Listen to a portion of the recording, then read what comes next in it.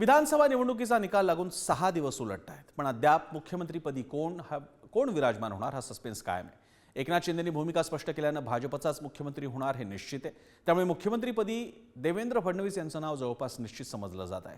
दिल्लीतील महायुतीच्या बैठकीनंतर देवेंद्र फडणवीस यांच्या नावावर शिक्कामोर्तब होणार असल्याचं बोललं जात आहे। बघूया या संदर्भातला रिपोर्ट। शेवटी एवढंच सांगतो, मी पुन्हा येईन। मी एक कविता म्हटली होती, मी पुन्हा येईन।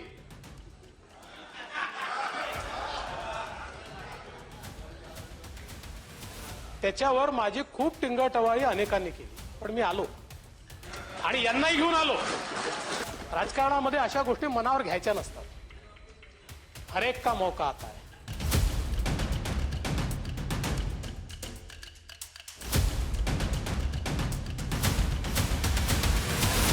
मी पुन्हा येईन या घोषणेवरून ज्या विरोधकांनी देवेंद्र फडणवीसांची खिल्ली उडवली, तीच घोषणा सत्यात उतरवण्यासाठी देवेंद्र फडणवीस डंके की चोट पर पुन्हा येत आहेत। कारण एकनाथ शिंदेंनी अप्रत्यक्षपणे मुख्यमंत्रीपदाचा दावा सोडलाय। परिणामी मुख्यमंत्रीपदी विराजमान होण्याचा फडणवीसांचा मार्ग प्रशस्त झालाय। फडणवीस हेच पुन्हा मुख्यमंत्रीपदी। महाराष्ट्रातील सत्ता स्थापनेसंदर्भात दिल्लीमध्ये खलबतं। मोदी शहा यांच्यात महाराष्ट्रातील मुख्यमंत्री पदाबाबत चर्चा झाल्याची माहिती। एकनाथ शिंदे, देवेंद्र फडणवीस, अजित पवार दिल्लीत। अमित शहांसोबत शिंदे, फडणवीस, अजितदादांची बैठक। भाजप पक्षनिरीक्षक महाराष्ट्रात येऊन आमदारांचं मत विचारात घेणार। त्यानंतर भाजप पक्षाचे निरीक्षक आपलं मत केंद्रीय भाजपच्या नेत्यांना कळवणार। असं आहे की भाजपचाच मुख्यमंत्री होईल आणि देवेंद्र फडणवीस यांनी जे आहे मागच्या काही वर्षांमध्ये खरं तर आम्हाला वाटलं होते मागेच मुख्यमंत्री होतील, पण शिंदे साहेब झाले, उपमुख्यमंत्री म्हणून काम केलं आणि झुकून काम केलं। पूर्णपणे जे आहे न्याय दिला आपल्या पदाला, आपल्या पक्षाला। त्यामुळे एक मोठं यश बीजेपीला सुद्धा मिळालं। 132 वर आमदार मिळाले। त्यामुळे त्यांचा हा जो आहे नैसर्गिक हक्क आहे असं मला वाटतं। आमच्या त्यांना शुभेच्छा आहे। सर्व मागासवर्गीय आणि ओबीसी त्यांचे अधिकारावर कुठेही गदा येऊ नये म्हणून निश्चितपणे जे आहे फडणवीस साहेबांनी जे आहे सहकार्य केलेलं आहे, मदत केलेली आहे, शक्ती पाठीमागे उभं केली आहे। म्हणून तर त्यांना जे आहेत काही लोक जे आहेत प्रचंड टार्गेट करतायत। देवेंद्र फडणवीस यांनी महाराष्ट्राच्या राजकारणाच्या इतिहासात एक नवा अध्याय लिहिलाय। त्यांच्या नेतृत्वात विधानसभा निवडणुकीमध्ये सलग 3 टर्म भाजपला 100 पार नेलाय। आजवर असा पराक्रम करणं महाराष्ट्रातल्या कोणत्याच नेत्याला जमलेलं नाहीये। फडणवीसांचं नेतृत्व, भाजपाची कामगिरी। 2014 मध्ये विजयी जागा होत्या 123, स्ट्राईक रेट 47%। 2019 मध्ये विजयी जागा होत्या 105, स्ट्राईक रेट 64%।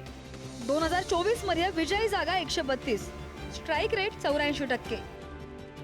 जे इलेक्शन आम्ही या विधानसभेमध्ये लढलो आणि जे निकाल आम्हाला अपेक्षित होता त्याच्यापेक्षाही जास्त जे निकाल या महाराष्ट्राच्या जनतेने देवेंद्र फडणवीसजींना पाहून जे निकाल दिलेला आहे, तर मला वाटते मुख्यमंत्रीपदी आमचे देवेंद्र फडणवीसजीच विराजमान होणार आहे आणि त्याच्याकरिताच मी आज आली होती आणि शुभेच्छा दिल्या आहे। महाराष्ट्राच्या जनतेने जो कौल दिला आहे भाजपला एक मोठा भाऊ म्हणून, 1,00,000% देवेंद्र फडणवीस साहेबच मुख्यमंत्री बनतील। त्याची काळ्या दगलावरची पांढरी रेघ।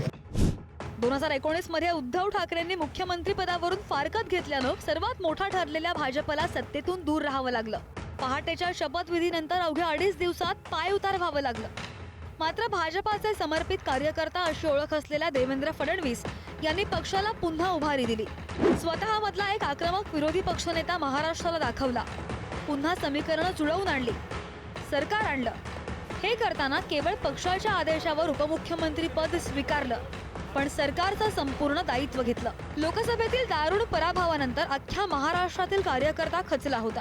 त्यावेळी केंद्रीय नेतृत्वाने जागा वाटप ते प्रचार यंत्रणा संपूर्ण अधिकार फडणवीसांना बहाल केले आणि या संधीचं त्यांनी सोनं करून दाखवलं। 2014, 2019 आणि 2024 सलग 3 टर्म राज्याच्या राजकारणातील चाणक्य। विधानसभा निवडणुकांच्या इतिहासात भाजपचं आतापर्यंत सर्वात मोठं यश। लाडकी बहीणसह लोकाभिमुख योजनांसाठी फडणवीसांचा पुढाकार। समृद्धी महामार्ग, कोस्टल रोड, मुंबई पुण्यातील मेट्रोचं जाळं हे सगळं उभारणीचं सर्व श्रेय फडणवीस यांचं। छत्रपती शिवाजी महाराज शेतकरी सन्मान योजना, जलयुक्त शिवार योजना, मराठवाडा वॉटर ग्रिड प्रकल्प, पांझरपोळ प्रकल्प, मराठा समाजाला स्वतंत्र आरक्षण मिळवून दिलं. भारतीय जनता पार्टीच्या प्रत्येक कार्यकर्त्याला, प्रत्येक नेत्याला वाटतं की महाराष्ट्राचे नेते देवेंद्र फडणवीस मुख्यमंत्री व्हावे.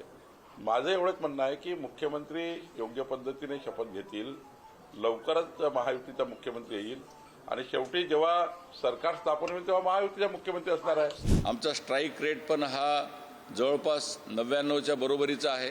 त्यामुळे ज्याचा स्ट्राईक रेट मोठा असतो त्यामुळे त्या दृष्टीने आम्ही सर्वजण माननीय देवेंद्र फडणवीस हेच राज्याचे मुख्यमंत्री व्हावेत याकरिता आमची सगळ्यांची परमेश्वराला साकडा आहे.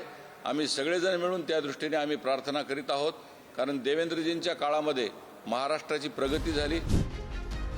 महाविकास आघाडीमधील सगळ्या पक्षांनी आणि त्यांच्या संपूर्ण इकोसिस्टीमनं एकट्या देवेंद्र फडणवीस यांना टार्गेट केलं होतं. शरद पवार, उद्धव ठाकरे, सुप्रिया सुळे, संजय राऊत यांनी सातत्याने फडणवीसांवर टीका केली, पण त्यांनी कायमच संयमानं उत्तर दिलं आणि कधीही तोल ढळू दिला नाही. तरुणाईमध्ये इन्फ्रामॅन म्हणून प्रसिद्ध असलेल्या देवेंद्र फडणवीस यांच्याच गळ्यात मुख्यमंत्री पदाची माळ पडणार हे निश्चित मानलं जात आहे. ब्युरो रिपोर्ट, पुढारी न्यूज.